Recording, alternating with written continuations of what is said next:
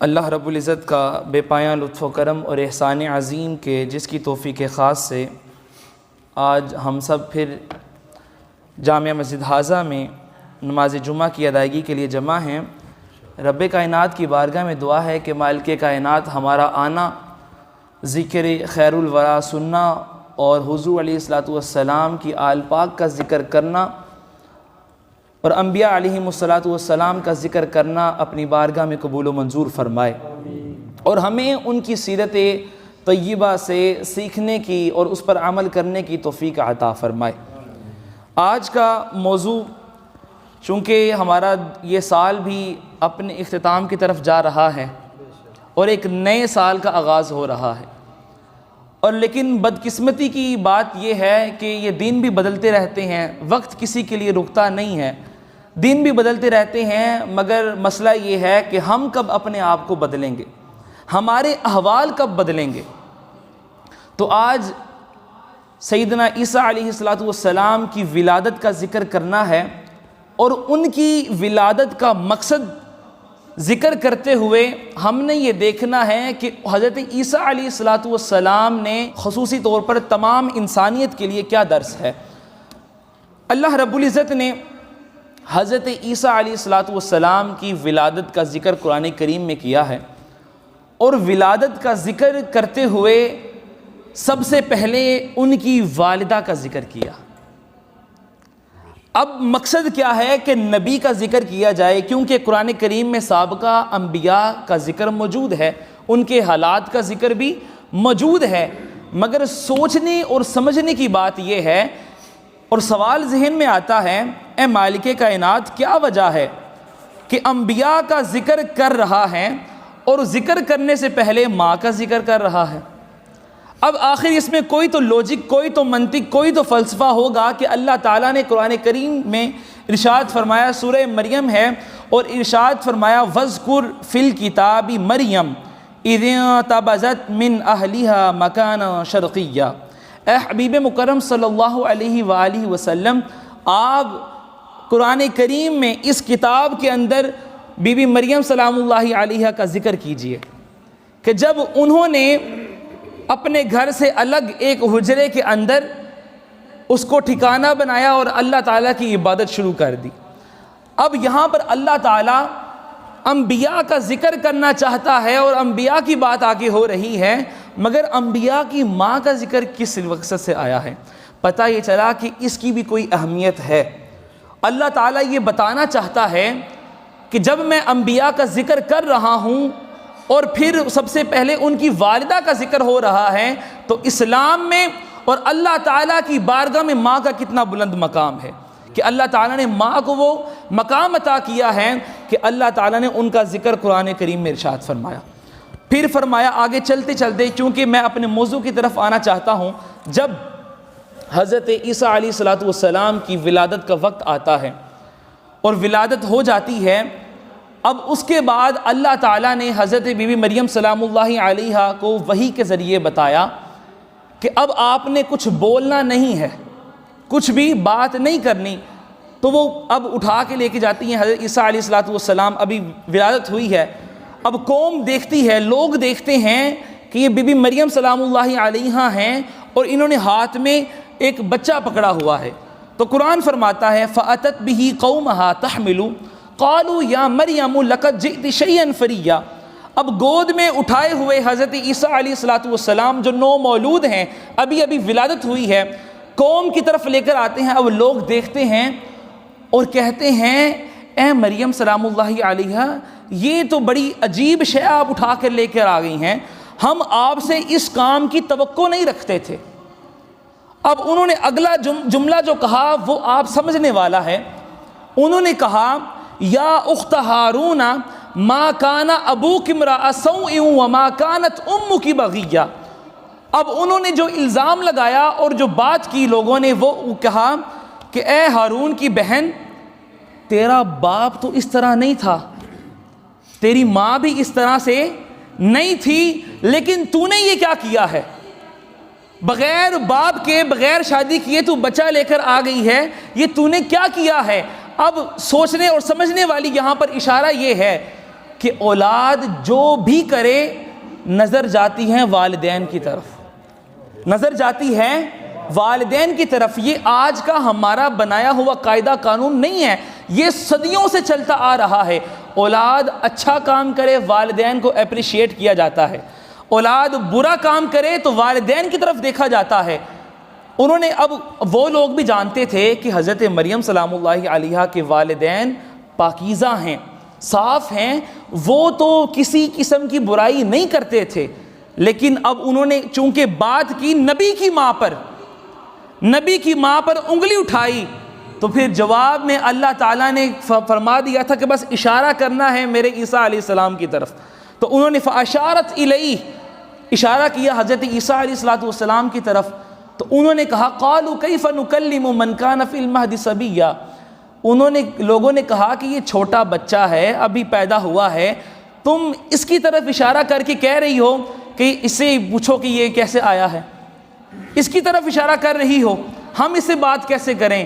قربان جاؤں، اللہ نے قرآن کریم میں ارشاد کر کے فرما دیا، قرآن کریم میں بتا دیا کہ نبی چھوٹا بھی ہو بچہ مت سمجھنا، نبی چھوٹا بھی ہو بچہ مت سمجھنا، عام بچوں کی طرح کہ کلام کیسے کرے گا، بات کیسے کرے گا، کیونکہ اللہ تعالیٰ نے اسے نبی بنایا ہے۔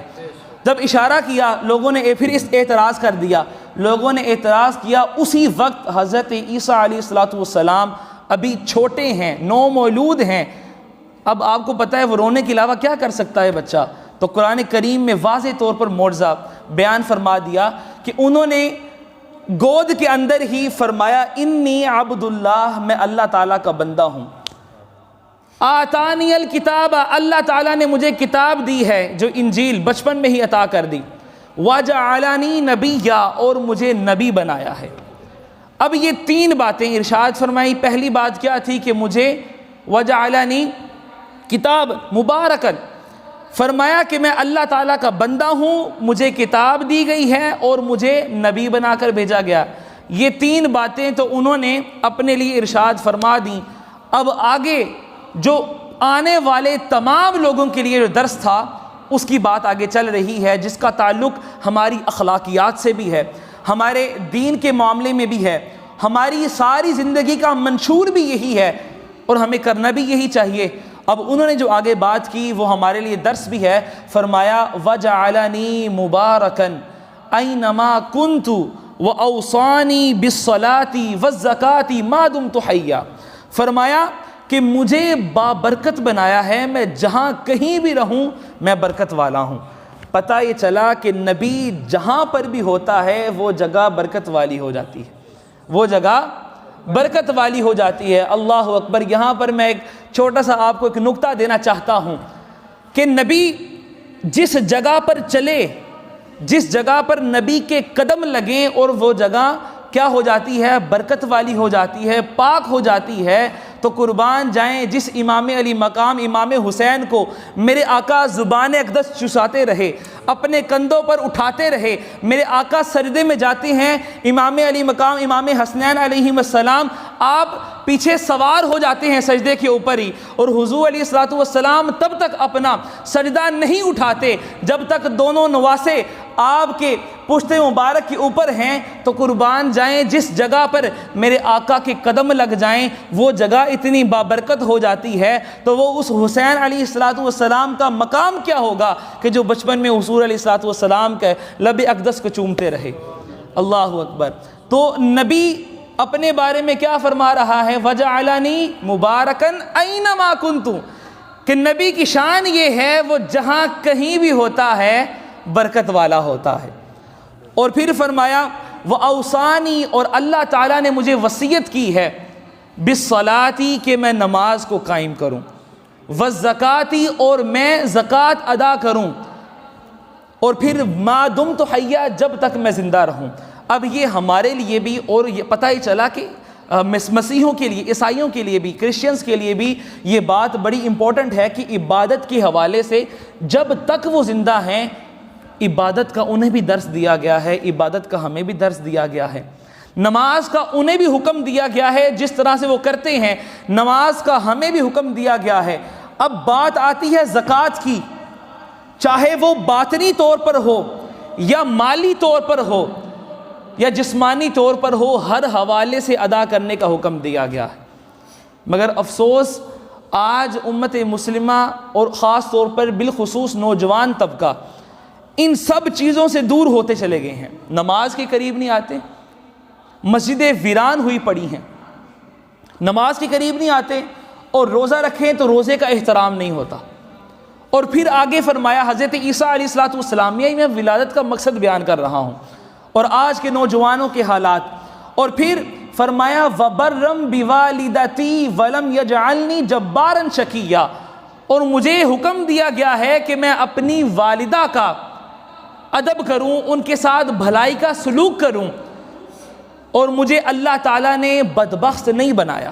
اب یہاں پر ایک اور بڑی باریکی والی بات میں بتانا چاہتا ہوں کہ یہاں پر ذکر کیا گیا کہ والدہ کا، چونکہ والد تو تھے نہیں تو والدہ کا ذکر کیا گیا، تو پتہ یہ چلا کہ والدین دونوں کا احترام کرنا یہ شریعت عیسیٰ علیہ السلام میں بھی شامل ہے اور شریعت محمدی صلی اللہ علیہ وآلہ وسلم میں بھی شامل ہے۔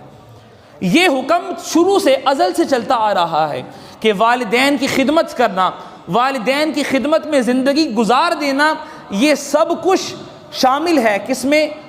تمام شریعتوں میں۔ یہ صرف ابھی تک میں آپ کو قرآن کریم کی باتیں سمجھا رہا ہوں، صرف ترجمہ لے کر چل رہا ہوں، جس کو یہ بات سمجھ آ جائے گی انشاءاللہ جو آگے باتیں آ رہی ہیں وہ سمجھنا آسان ہو جائے گا۔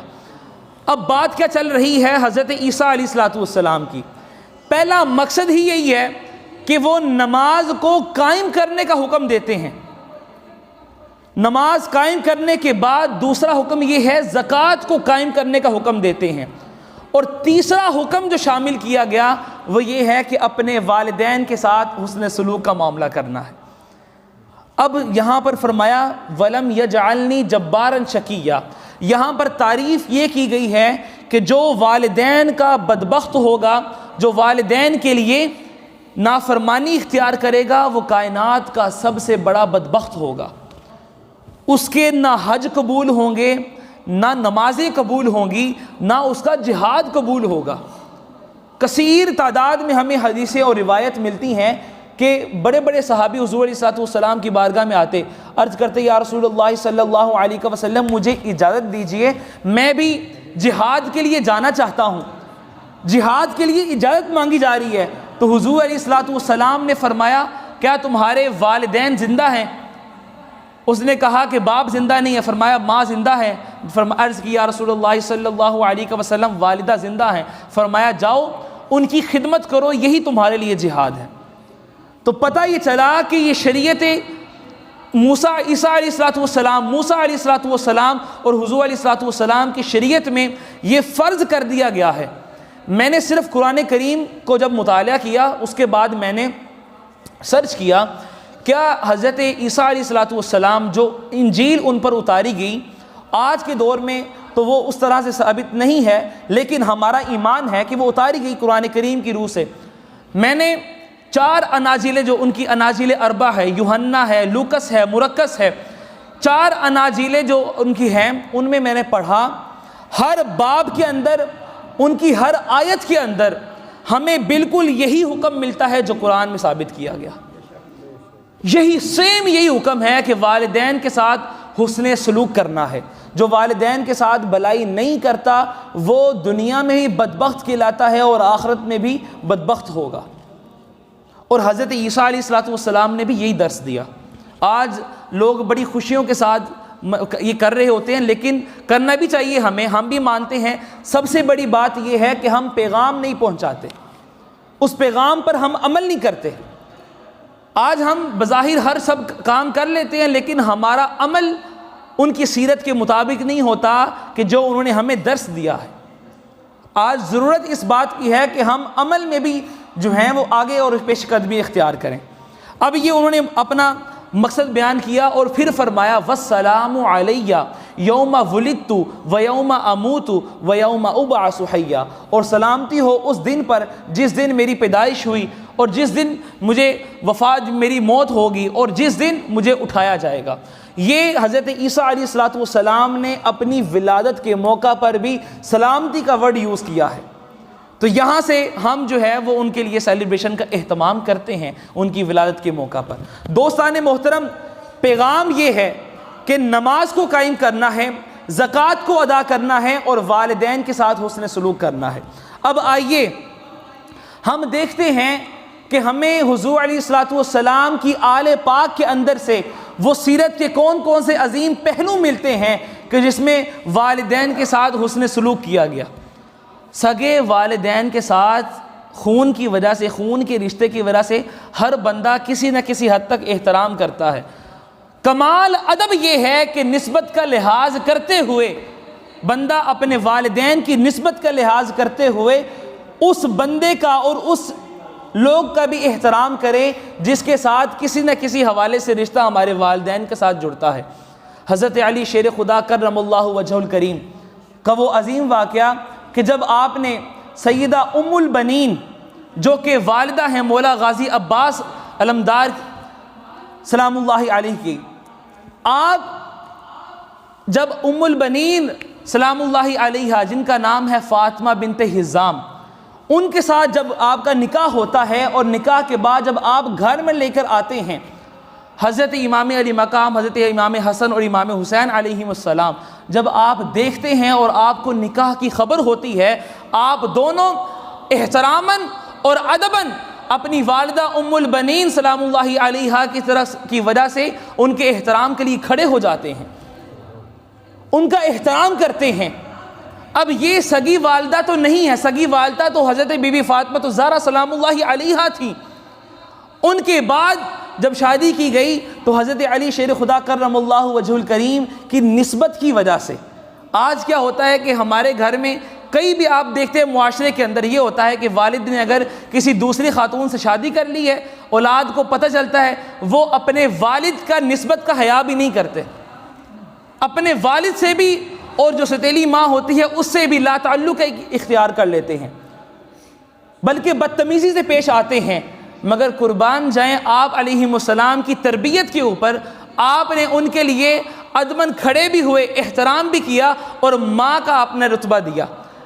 مگر آگے سے ام البنین حضرت فاطمہ بنت حزام سلام اللہ علیہا آپ کی عظمت پہ بھی قربان جائیں، آپ نے بھی آگے سے فرمایا کہ میں تو خادمہ بن کر آئی ہوں آپ کی، میں اس عظیم ہستی سیدہ خاتون جنت کی جگہ میں کبھی ساری زندگی کوئی عورت نہیں لے سکتی، تو پھر میں کیا چیز ہوں؟ میں تو آپ کی اور آپ کے خانوادے کی کنیز بن کے آئی ہوں، کنیزہ بن کے آئی ہوں۔ تو یہ ان کا تقویٰ تھا، یہ ان کی محبت تھی، ان کا تقویٰ تھا، ان کا ادب تھا۔ مگر اس درجے کو بھی دیکھیں کہ جو جنت کے سردار ہیں وہ کھڑے ہو کر ان کا استقبال کرتے ہیں، ان کے لیے احترام کرتے ہیں۔ تو یہ سیرت آج کہاں چلی گئی ہے؟ ہم ان کے ماننے والے ہیں جنہوں نے دین کو بچایا ہے، اور اب ہم ان کی نام لیتے ہیں، ان کا احترام کرتے ہیں، لیکن ان کی سیرت سے ہمیں پتہ ہی نہیں ہے۔ سگی ماں کا احترام تو ہر کوئی کرتا ہے اور کمال ہے، کرنا بھی چاہیے، مگر کمال ادب یہ ہے کہ اپنے والد کی نسبت کا حیا کرتے ہوئے اپنی سوتیلی ماں کا بھی احترام کیا جائے۔ تو پھر ہمیں پتہ احساس ہوتا ہے وَبَرًّا بِوَالِدَتِي وَلَمْ يَجْعَلْنِي جَبَّارًا شَقِيًّا، اور ماں ہوتی ہے، سگی ہو یا سوتیلی ہو۔ یہ درس ملتا ہے جو حضرت عیسیٰ علیہ الصلوۃ والسلام نے اپنی امت کو دیا، اور حضور علیہ الصلوۃ والسلام کی اولاد پاک نے آگے آنے والی نانا کی امت کو دیا ہے۔ ہمیں اس پر عمل کرنا چاہیے کہ اخلاقیات کے اندر سب سے پہلا درس یہ ہے کہ بندے اپنے والدین کے ساتھ حسن سلوک سے پیش آئیں۔ آج یہ چیزیں معاشرے کے اندر ختم ہوتی جا رہی ہیں۔ میں اس کے بعد ایک صحابی رسول حضور علیہ الصلوۃ والسلام کی بارگاہ میں آتے ہیں۔ اب دیکھیے گیا کہ جب انسان مجبور ہو جاتا ہے، بعض اوقات ہوتا کچھ یوں ہے کہ جب شادی ہو جاتی ہے گھر کے معاملات بھی چلنا شروع ہو جاتے ہیں، پھر انسان کی اپنی اولادیں بھی ہو جاتی ہیں، تو پھر والدین کی طرف جھکاؤ کم ہو جاتا ہے۔ وہ سمجھتے ہیں کہ بس اب میری بیوی آ گئی، میرے بچے آ گئے ہیں، تو والدین کی طرف سے نظر شفقت جو بھول جاتے ہیں کہ جو انہوں نے ہم پر کی تھی، وہ چیزیں نکل جاتی ہیں۔ ایک شخص آیا حضور علیہ الصلوۃ والسلام کی بارگاہ میں، عرض کی یا رسول اللہ صلی اللہ علیہ وسلم، میرے بچے ہیں، میری بیوی ہے، میں شادی شدہ ہوں، میرا باپ آتا ہے، میرے بکسے میں سے پیسے اٹھاتا ہے اور چپ کر کے لے جاتا ہے، میری اجازت کے بغیر مجھے پتہ ہی نہیں ہوتا، اور میرا والد آتا ہے اور میرے پیسے خرچ کر ڈالتا ہے، میرے پاس پیسے ہی نہیں ہوتے، میرا والد خرچ کر ڈالتا ہے۔ اس نے حضور علیہ الصلوۃ والسلام کی بارگاہ میں عرض کی کہ شکایت کی اپنے والد کی۔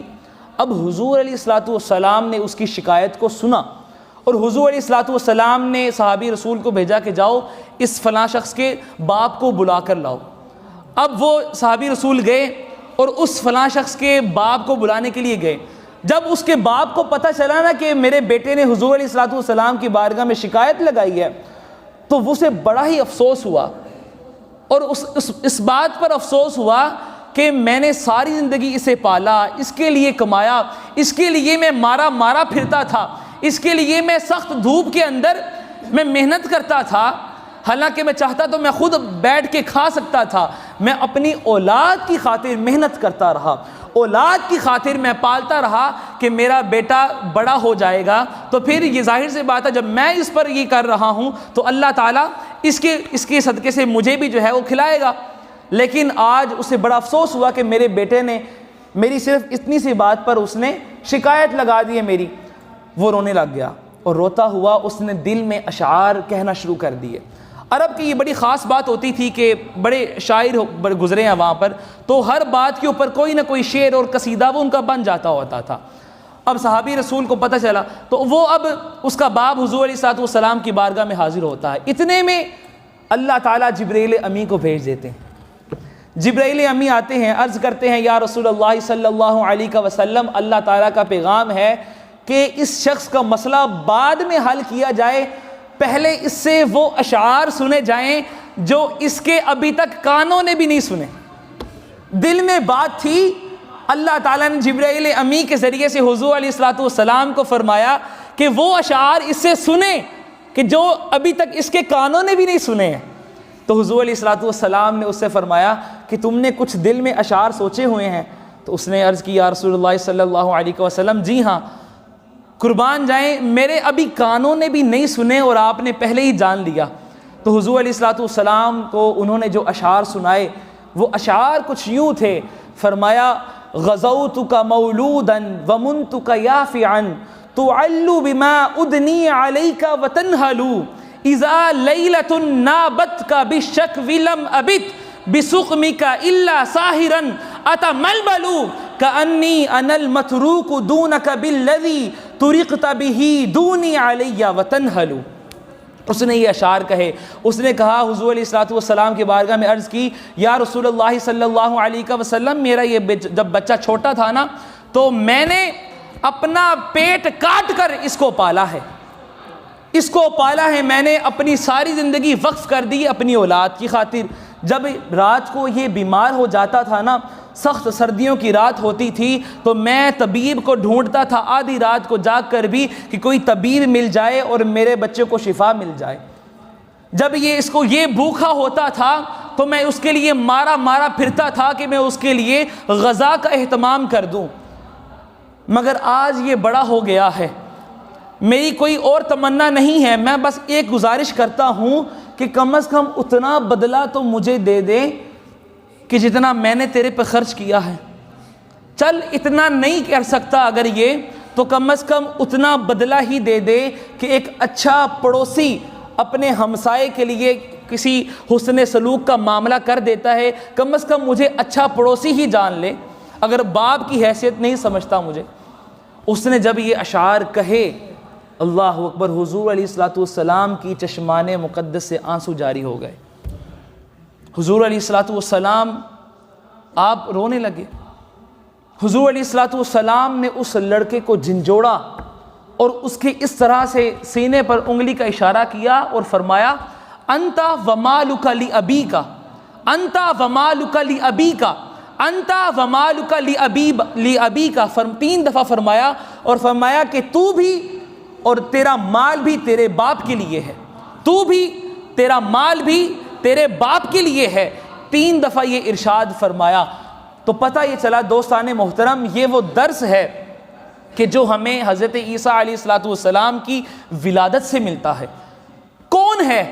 اتنے بڑے معجزے کی بات ہماری کرسچن کمیونٹی بھی کرتی ہے، مسلم کمیونٹی بھی کرتی ہے، اور دیکھا جائے تو اس جو یہودی کمیونٹی ہے وہ بھی کرتی ہے، جوز کمیونٹی، سارے کرتے ہیں کہ والدین کے ساتھ حسن سلوک کرو۔ میں اشارہ یہ دینا چاہتا ہوں، حضرت عیسیٰ علیہ السلام کی ولادت ہوئی، بچپن میں بولنا شروع کر دیا، اور بولتے ہوئے پہلا پیغام یہ دیا کہ والدین کے ساتھ حسن سلوک کرنا ہے۔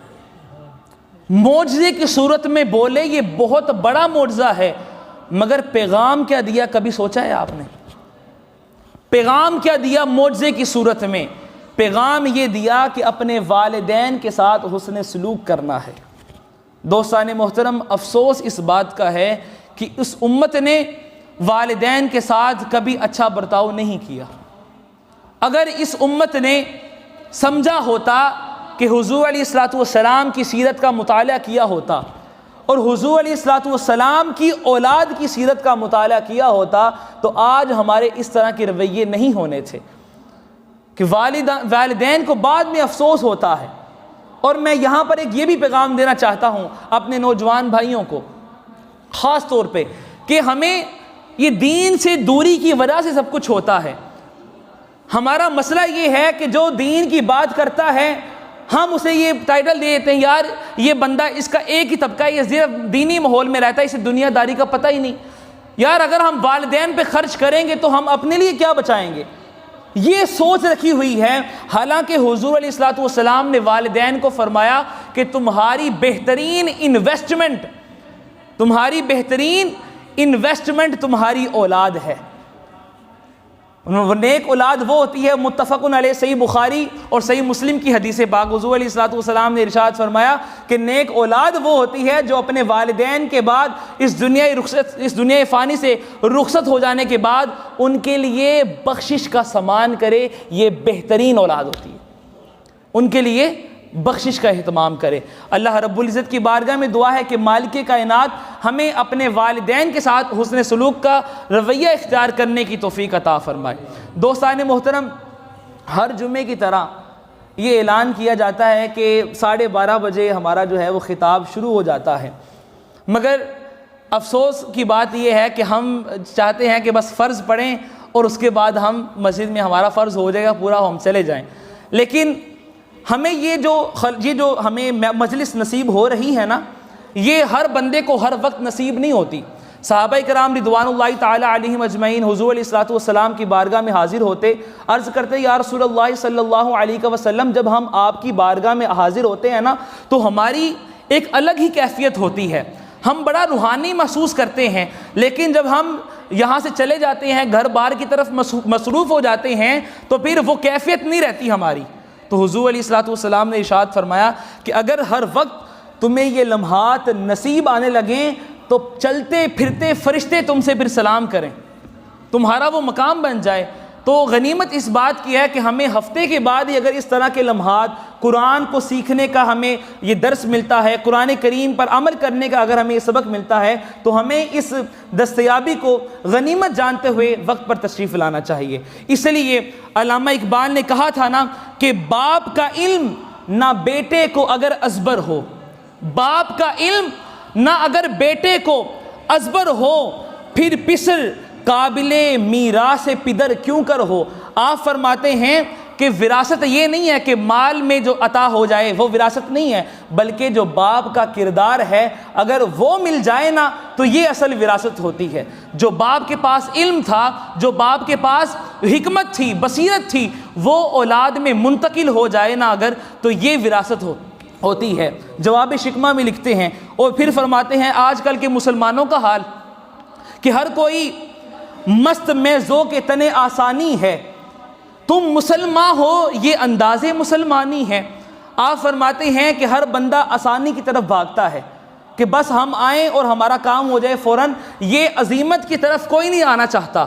اور پھر آگے فرماتے ہیں حیدری فقر ہے نے دولت عثمانی ہے، تم کو اسلاف سے کیا نسبت روحانی ہے۔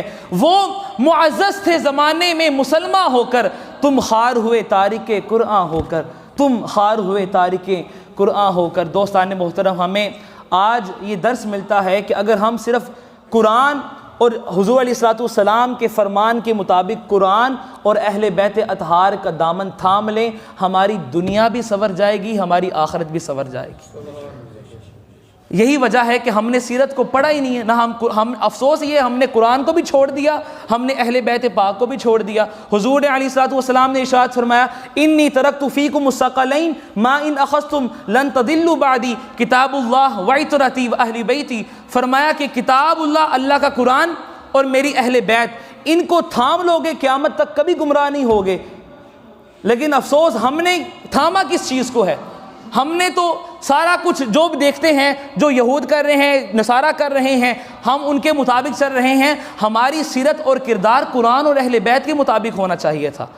اللہ رب العزت کی بارگاہ میں دعا ہے کہ نئے سال کے آتے ہوئے ہم یہ عزم کریں کہ ہم قرآن اور اہل بیت اطہار کے دامن کو تھامیں، اور اللہ تعالی ہماری دین کو بھی سنوار دے، ہماری دنیا کو بھی سنوار دے، اور ہماری آخرت کو بھی سنوار دے۔ اللہ رب العزت ہمارا آنا اپنی بارگاہ میں قبول و منظور فرمائے۔ وما علیہ الا البلاغ۔